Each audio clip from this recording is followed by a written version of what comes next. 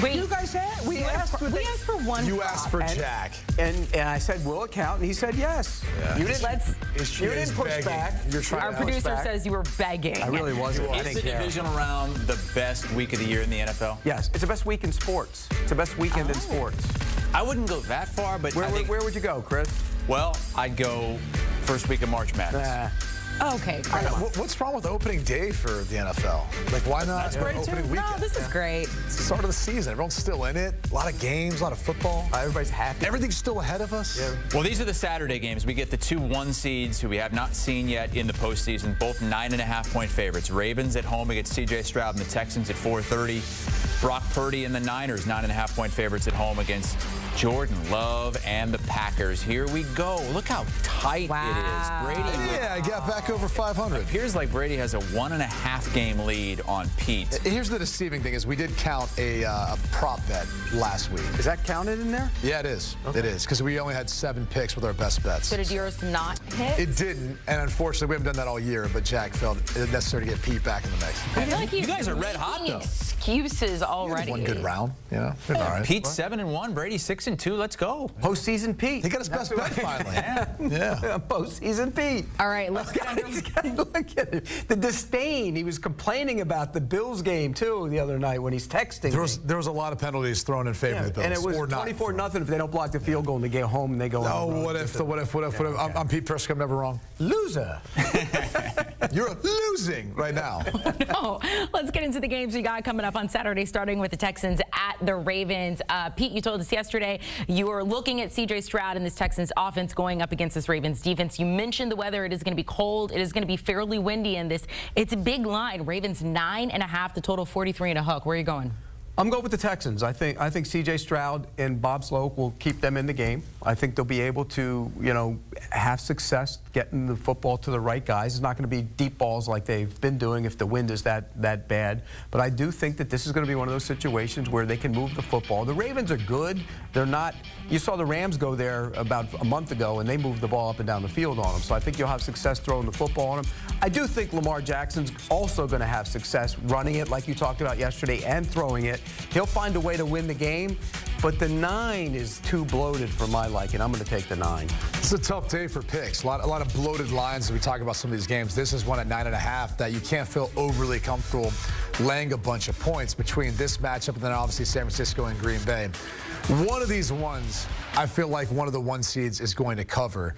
And maybe it's my experience playing in Baltimore, understanding how difficult it is to play, not only in that environment, but in that stadium as well. This, to me, is a really, really tough challenge for the Houston Texans. Pete thinks one of the 1 seeds is going to just lose outright. I know, and based on his picks, we'll see which one of those 1 seeds it is. Maybe it's this one. It's not this one because I just said they're going to cover, but they're not going to win the game. Okay, you did say that yesterday. We'll see if you go back on your word like you typically do. Yeah. I'm going to go ahead and lay the points here at the Ravens, though. I think the challenge for Houston is this is a different secondary that they're going up against. There's not as many holes in the Baltimore Ravens secondary as compared to what they saw in Cleveland. Again, not at home for Houston, on the road. The conditions could play a factor. If they are a factor, I think Baltimore's the better rushing team. I think they're the better team against the run as well. And I saw these 2 teams match up earlier this much I realized that was much earlier in the season, but Baltimore took care of business then with the additional rest, time to game plan. I think they take care of business here as well. But look, again, I could be completely wrong. C.J. Stroud and this team has overachieved the entire season. It would not shock me whatsoever if this game wasn't tight. It would shock you if they beat them, though. I don't even think I'd be shocked if they beat them. Honestly, I would be more shocked if Green Bay beat San Francisco than I would be if Houston beat Baltimore because of C.J. Stroud and how he's played this year. How about Lamar Jackson, just 1 playoff win in his career? He's going to win his 2nd MVP. How much pressure is on him to get things done in the playoffs? We talked about this a little bit yesterday. I think there's not as much pressure on him, in my opinion, because of this team and the head coach, and I think how they're preparing him for the postseason. If you go and compare that to the Dallas Cowboys, where it feels like the ownership puts pressure on McCarthy and the pressure on McCarthy to be the head coach and Dak and all this other stuff, there's so many other outside factors that are also inside that building that don't feel like they're outside factors. It feels like there's a lot of pressure there. I don't feel that quite as much with the Baltimore Ravens. I feel like this is the year they get the monkey off their back. Lamar Jackson plays well in the playoffs.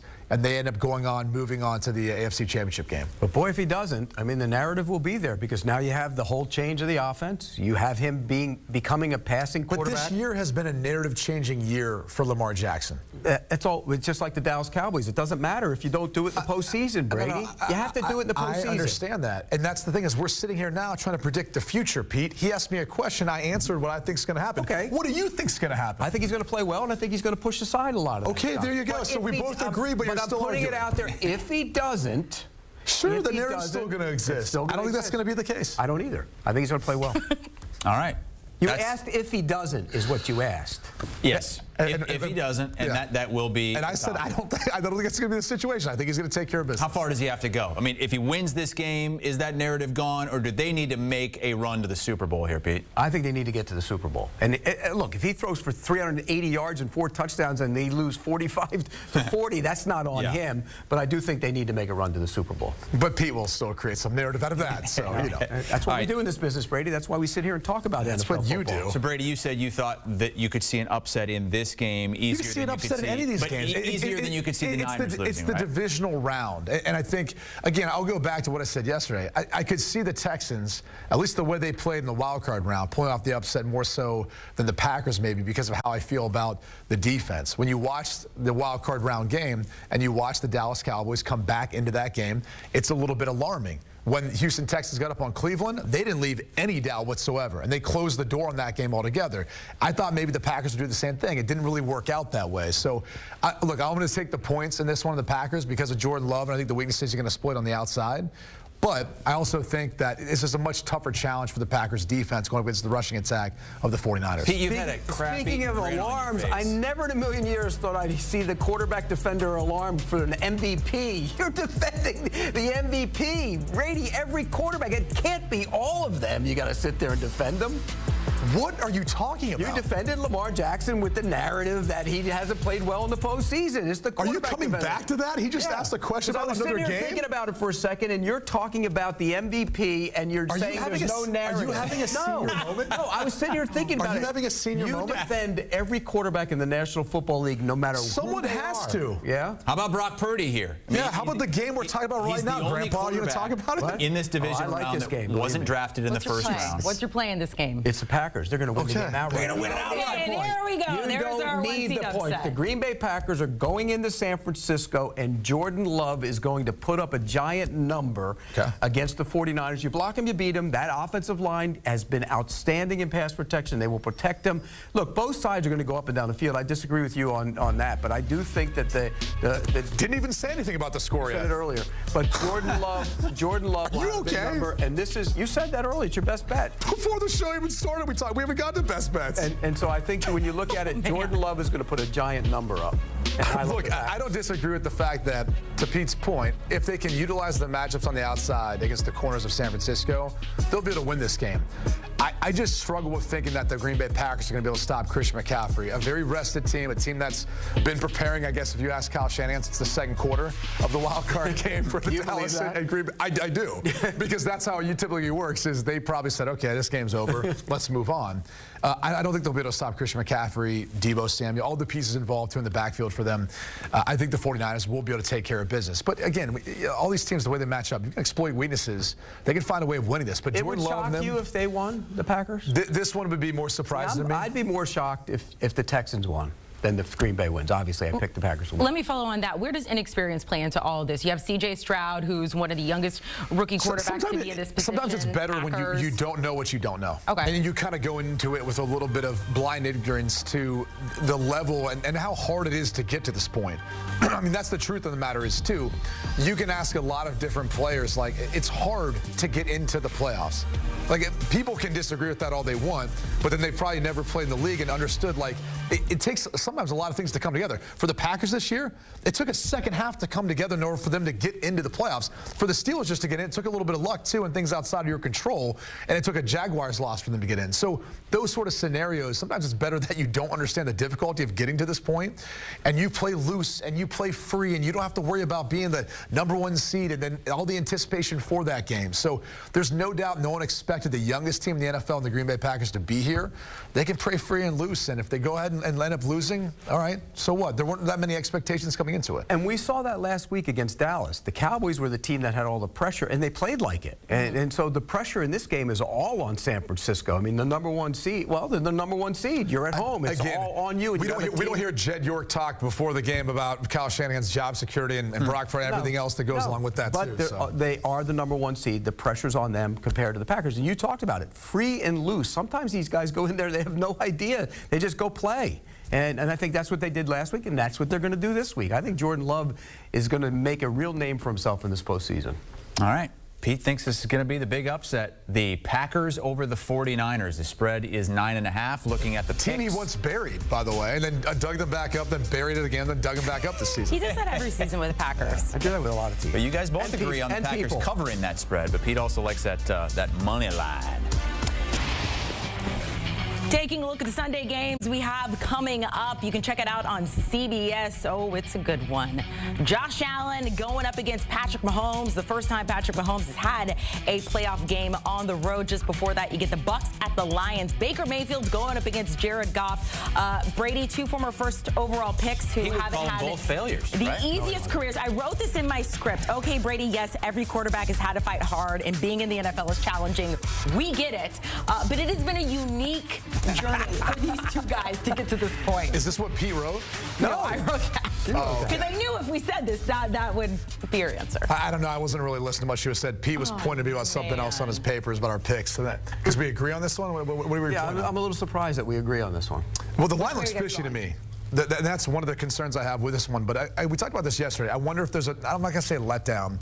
I don't know how to describe it other than the fact that so much went into their game versus the Rams last week, the storylines, everything else that went along with it. Tight game, physical game, close game. I wonder if that plays a little bit of an impact for a Tampa team that, yes, is coming on the road, and it's going to be a great atmosphere there in Detroit. But if you look at the way this defense is played and what their weaknesses are, it plays right in the hands of Baker Mayfield. He could be red hot from what he did so far versus the Eagles. They had a secondary struggled. They couldn't get pressure. The Bucs took advantage. If the Lions can't get pressure on Baker Mayfield, I think he could take advantage of this secondary. Now, they don't want to run the football, but we also go back and look at what Todd Bowles did. That defense is healthy. They're playing really well right now. I think it's going to be hard to run the football against them. So once again, it's going to be another game on Jared Goff's shoulders through the air to be able to outdo, I think, Baker Mayfield in this case. So I'll go ahead and take the 6.5 points. I think this is going to be a tight game. I think Baker Mayfield's going to play well. I think those receivers are a matchup problem, like you mentioned, on the outside. I think there's going to be a lot of big plays in this game on both sides. We know the Bucs will blitz the heck out of you. That'll leave a lot of one-on-ones down the field. And we've seen them give up a ton of big plays this season. You think it's going to get loose? I do. I think it's going to be high scoring, but I think Baker Mayfield ultimately is going to get the best of it. In the end, I think the Bucs are going to win this game and move on. Wow. Think about my NFC picks. Yeah. Packers would be playing at Tampa Bay in the championship game. That would be crazy. Just the way we wrote it up, right? But by the way, Ben Johnson's got a lot of credit for the Detroit Lions offensive play calling. Dave Canales should deserve a lot of credit too. He's done a phenomenal job, first-year play caller for the Tampa Bay Bucs. Both these two young coaches will be head coaches. For Ben Johnson, he's kind of been here for a little while, so maybe after this cycle's done, he'll be one of those head coaches. Dave Canales is fast on his way to being one of those candidates too. You talked about how much this game means for the Lions. They say this is the most expensive ticket for a divisional round game that they've seen yet. So a lot of Lions fans. No offense to the Bucs fans traveling up there potentially for it. Is it the only one indoors, by the way? I mean, that has something to do with it. Yeah, if it was outside, they might not. All the other $1,200. Yeah, well, the other three are all outside. So. Did you hear Pete was there at the Todd Bowles interview and asked Todd Bowles how weather would play a factor in this game? Did you see that? That was amazing. Todd handled it pretty well, though. Look, this is a big storyline. A lot of times you get some folks who are from the local news who go out there asking questions. They're not as familiar with the NFL. Let's just pump the brakes on that as far as laughing all that. But it will be cold when they walk from the bus. They will be. For the 20 seconds they're outside, it will be. Reporter defender, Brady Quinn. There you go. Hey, who's had the better resurrection of their career? Is it Jared Goff or Baker Mayfield? Because a year ago, we're thinking Baker Mayfield's probably done. I think Baker Mayfield was born into a more difficult situation. The Browns organization, if you look how many head coaches he'd gone through, general managers, just everything he went through during his time in Cleveland. And obviously, again, I've said this before, he's playing his best football his entire career. And Pete can talk about how many teams he's been on and all that. 4. He was thrusted into trying to find an opportunity. And he took an opportunity to go to L.A., played well in the short stint he was there. No one played well during the time in Carolina. And by the way, it's only gone downhill since that entire group left Carolina. So kudos to Baker Mayfield for being able to fight through the adversity, listen to a lot of the naysayers out there, like some guy sitting to my left, and be able to put together their best season. I'm a big Baker Mayfield guy. You have me all wrong. You talk out of both sides of your mouth. No, I do not. And he's been there to witness it too. No, I do not talk out of both sides of my mouth. I've been backing Baker Mayfield for this entire season. You called him a failure. You called him a failure times. The pick in Cleveland was a failure because he's not there. That's a failure. But that's not his fault. Partly his fault. It's not his fault. He went to the playoffs with them. He got them a win in Pittsburgh, something they hadn't done in forever. So they just got rid of a quarterback that just for the sake of getting rid of him? They couldn't come to a deal for it, but I think if they went back and do it all over again, they probably would have found a way to make it work, would they not? On the surface, the pick was a failure. Let's just call it what it is. Because you draft a guy first overall, he's not on your roster, and he's on his 4th team. It's a failure. He's not a failure. He's actually playing the same head coach you drafted? He's actually playing really well right now. Still intact there in Cleveland? He's actually playing really well right now, and I will defend him because I like the way he's playing. Oh, it's good you're defending him now, Pete. Good job. Would you have defended? You probably would have defended him in Carolina when he was running the defensive scout team last year. Yeah, guess what? Now he's winning the division. They're in the playoffs in the divisional round. But he was running the defensive scout team last year. So good for him. He's been a good teammate trying to help out his teammates. Pete has him moving on to the NFC. You talk out of both sides of your mouth. I'm not talking out of both sides of my mouth. Anyone who listens to you. Am I talking out of both sides of my mouth, or am I making sense? You just made fun of him. You just made fun of him for playing on the Seattle team last year when he wasn't in. What do you call that? What? When he didn't play last year? When he did play. Maybe he's just trying to fuel Baker. I can't wait to read the about the YouTube chip he has comments on his shoulder. on this conversation. The YouTube comments Pete's going to have that block fantastic. button ready. All right, let's move on to our game, CBS and Paramount Plus on Sunday, 6:30 Eastern Time. It's the Chiefs and the Bills. This time it's in Buffalo. Is there anything to the fact that the Chiefs have 2 extra days of rest? Yeah, of course. I mean, especially at this point in time in the season. And you're talking about a Bills team that's banged up, right? They had to wait to play. It took them a little bit longer to get there. And now they've got a banged up defense that has to take on a Patrick Mahomes-led offense that's kind of found its groove. I think if you at least look at the wild card game, Rashee Rice stepped up in a big way. They're finding ways of getting Travis Kelce the football. Pacheco leaning a little bit more on the physicality of the running game. All those things are going to be incredibly important. So it plays a factor as far as their preparation. It plays a factor as far as their rest. That being said, I'll lay the 2.5 points here with the Buffalo Bills. I think this is where this rivalry between Mahomes and Allen starts to even out a little bit. It's already pretty even, but not so much in the playoffs. I think this is the Bills' year. Where they get to an AFC Championship game, and we'll see what happens depending on who they face there. But it feels like the Chiefs have kind of shown us throughout the season their offensive struggles, and maybe they'll find it on the road in that environment, but it's going to be a tough place to do it against Josh Allen and the Bills. Since you played the game and we didn't, as you remind us all the time, what's better, rest or home? I would still say rest. You say rest. Rest is worth more than being at home. You think the Bills would be better off with unless they're just going to keep letting them throwing snowballs from the end zone. So 2 days of rest, the Bills would be better off playing in Kansas City than being I would say at this point in time in the season, yes, their guys are back fresh, especially what they did with injuries. They are banged up. I mean, there's no doubt. Their defense has just been crippled by injuries, and how many of those guys can make it back? You know, Douglas will probably be back this week. That's good for them in the secondary, but I'm with you. I think the rest would be better. This team particularly needs the rest. But I do think they'll find a way. Josh Allen, this is going to be his moment. It's going to be his time. And Patrick, he had his moment in Kansas City, but 13 seconds kind of ruined it because they didn't know what to do at the end of the game with the kick and all that. I think this time around, he's going to have his moment. I think the Bills will find a way to win this game and advance. And like I said, Ruben asked me yesterday, I said I gave him a soundbite. I gave him a soundbite. The Bills fans should be getting their tickets ready for Las Vegas. That's what they should be doing. The Bills are going to the Super Bowl. Wow. I know a handful of Bills fans that are already doing that. Let's recap their picks. Despite all of the arguing between these two on set, they actually agree where it comes to lay and take the points. They're both going with Tampa Bay to cover. Pete thinks they're going to win outright. Brady, you think just cover? The Bucs? The Bucs. Or you think they're going to win? So you picked the Packers and the Bucs to win? Yep. Yeah. Okay. I didn't see you both had the underdogs. I'm barking this week. Yeah. Dog, a lot of Just dog. cover. Because we'll come back next week and no one reminds him of any of the ones he misses. Oh, yeah, you do. Both going with the The Bills. day they happen, as a matter of fact, I get a text. The Bills at home versus the Chiefs. You can check out that game on CBS 6:30 on Sunday.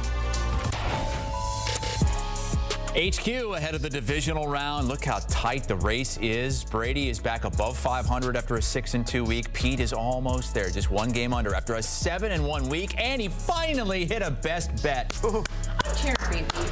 How about that, Pete? We're all cheering for you. Yeah, we're all cheering for you, buddy. I mean, look, the best bets have been awful. I can't. There's no other way to You got describe one them. last week. It doesn't matter. They've been awful. You got one last week, though. They've been awful. You And got a lot of hope this week. this week, I love mine this week. You picked 2 underdogs to win in the NFC outright, including a team that's a 9.5-point dog. Is that the one you feel the best about? The Packers? You don't need the points. You don't need them. If you really want to cash in, go bet them on So the are you money saying line. bet the money line? Is that your best bet? That's your Packers best money bet? line? Packers Nice money try. line. What? Nice Wait, try. nice try. Nice try. You said they're going to Nice win, try. though. I did say they're going to win. Okay, then look Why at the would I camera give and that tell out as people. my best bet when I can give out my best bet is 9.5 points? Because people can win more money if they follow you. But I'm not giving that out. But sprinkle on that, but take the 9.5 points. Take the 9.5 points. The Packers are going to win the game. You're not going to need the points. Late in the game, you're going to be sitting there going, God, I should have played them on the money line like Pete said. That's why you just sprinkle it there. Should have listened to Pete Prisco. Yeah, well. I'm going to actually go on a different side of this game. I'm going to pull Todd Furman, and I'm going to take the under. Of under 50.5. I think the total, these two teams are very familiar with each other, both staffs. I think this game ends up being a little bit more lower scoring in this one as they kind of play a cat and mouse game trying to figure it out. So Pete disagrees. He's on other sides. Don't really care because your best bets have been awful this year. It's not my best bet. I just like the other side. I think this game I gets know. loose. I know. I think it Trust me. gets crazy. When I you said that about a I was lot of surprised. games. I was surprised that And you went. probably don't know historically this year actually unders have been hit at a No, higher I do know rate, that, but so, there were a lot of overs last week in the playoffs. okay. We'll see what it looks like this Learn week. the betting game, Pete. Yeah, there were a lot of over. I've never been in a locker room either. You have, but you just went there to see the guys after the shower. You were in there with a tape I went there working in the media business, which you're now a part of. I don't go in locker rooms anymore. Are you a media member now? I don't go in Are locker you a rooms media anymore. member? Yes or no? Are you a media member now? I do not go in locker Yes rooms, or so no? I can't Are really you a answer that media question. member? He's a media member. This red has moved up He from won't his answer neck all the the way answer the here. question. Team, we're all on the same team. Well, you're defining as going into a locker room. No, we're so all I don't on the go into the same locker room team. anymore. We're all media members, all of us. Pete. You and I aren't on the same team. Yeah, we are. No, we're not. Brady, Yeah, we you're a are. member of the media. Hate to break it. Mr. Media, Brady Quinn. He is Mr. Media.